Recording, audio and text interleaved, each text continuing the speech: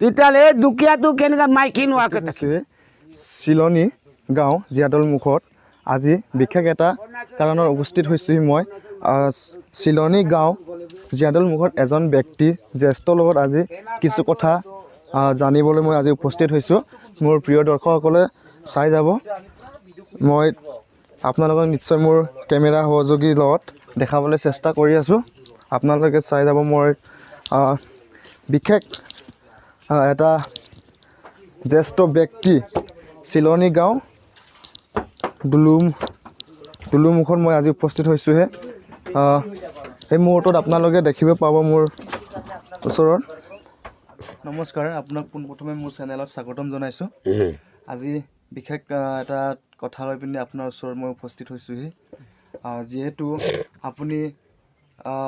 ইমান বছৰৰ দিন আপুনি ইয়াত বসবাস কৰি আছে আপুনি আমাৰ বড়ো ভাই বন্ধুসকলৰ লগত ইমান দিন ইয়াত বসবাস কৰি আছে তাৰ বিষয়লৈ মই অলপ জানিবৰ কাৰণে আজি আপোনাৰ ওচৰত আপুনি এইটো বস্তিত কিমান চনৰ পৰা ইষ্টাব্লিছ কৰিছিলে আপুনি ইয়াত এইটো ইষ্টাব্লিছমেণ্টটো মই আমাৰ ইয়াতে ফাৰ্ষ্ট ছাৰ্ভেটো আমি লেণ্ড ছাৰ্ভেটো 1952 তেতিয়া ছাৰ্ভে কৰাটো মোৰ ককাই কেবম গোবা আপাৰ শিৱনচিৰিত এইটো MLA কণ্টেষ্ট কৰিছিল মই কেবম গোবা মোৰ ককাৰ নাম কেবম গোবা তেতিয়া 52তে ছাৰ্ভে কৰি 63 পৰা 60 ওচৰতে মোৰ দেউতা ইয়াতে 3 বছৰমান পাম খাইছে খাই পেলাই আমাক 68ত আমাক পূৰা ঘৰ ইষ্টাব্লিছমেণ্ট আমি ইয়াত হৈছে এতিয়া তাৰ মাজত এতিয়া আপোনাৰ দেখিবে আমি এতিয়া যিহেতু উচ্ছেদ চলি আছে এই জেগাৰ অনাৰেবল চিফ মিনিষ্টাৰ হেমন্ত বিশ্ব কুমাৰ কথা এতিয়া শুনিলোঁ মই নিউজত 10 বছৰ যোনে অকুপাই কদা মাটি খাই আছিলে he will be going to land ownership উচ্ছেদ যিটো ইলেকশ্যন হৈছে এই জেগাৰ কথা এতিয়া সি বহুত চিন্তা কৰি পেলাই ষ্টেটৰ কাৰণে সি লাগু কৰিলে এতিয়া 10 বছৰ যোনে তাত ম্যাদী পাত্তা আছিলে সি ৰাইট পাব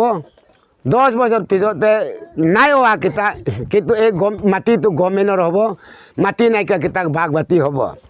10 বছৰ যেতিয়া যোনে আছিলে তেতিয়াহ'লে ই লেণ্ড অনাৰশ্বিপ হ'ব তাৰ ৰাইট হ'ব এইটো Himanta Biswa Sarma respected honourable chief minister Assam সি কোৱাটো নিউজটো শুনি মই বহুত ভাল লাগিছে দুখীয়া মানুহক এনেকুৱা বাচাব লাগিব সি কানুনটোক চাই পেলাই ইলেকশ্যন কৰিব লাগে কৰিলে কিন্তু এতিয়াতো সি এনে ডক্টৰ হেমন্ত বিশ্ব শৰ্মা অসমৰ চিফ মিনিষ্টাৰ এনে হোৱা নাই না সি বহুত ভাবিলে মোৰ ইলেকশ্যন কৰাটো কানুনত হৈ গ'ল কিন্তু এতিয়া সি চেক কৰি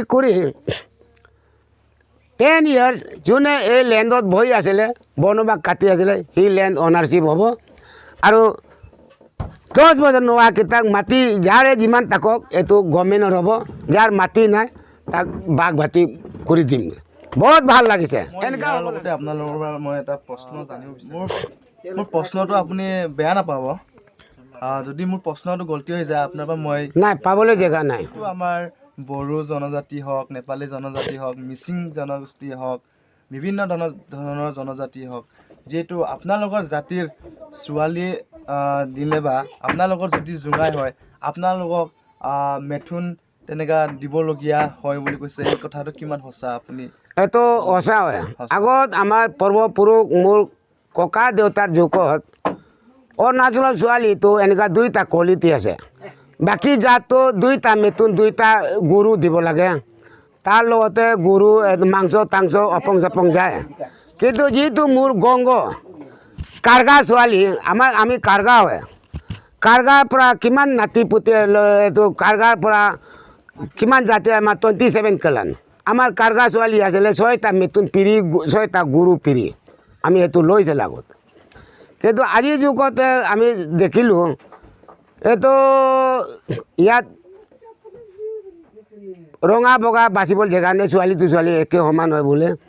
আজিৰ যুগত আমি মডাৰ্ণ ষ্টাইলত যোনে আমাৰ ছোৱালীক লৈ যায় আমি ফ্ৰী অফ কষ্টত আৰু কেতিয়াবা উল্টা 50-60 লাখৰ মালে আমি দি পঠাই আজিলৈকে আমি আজি জাদা বেছি হ'লে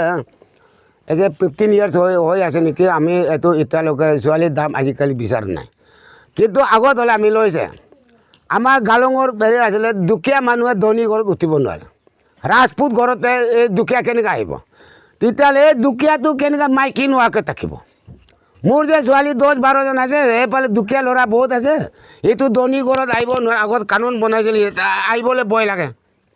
তেতিয়াহ'লে এইটোতো মাইকী নাইকা বৰলা হৈ মৰিব কুটি নাতি পুতি নাইকাকৈ কুটীয়া নোহোৱাকৈ সেই বুলি আমি তাত গালো কাষ্টমাৰে কেইটা গালো কাষ্টমাৰ আমাৰ এটা হৈ গ'ল আজিৰ পৰা মানে ছোৱালীৰ দাম চাম ল'ম বুলি এইটো কৰিব নালাগে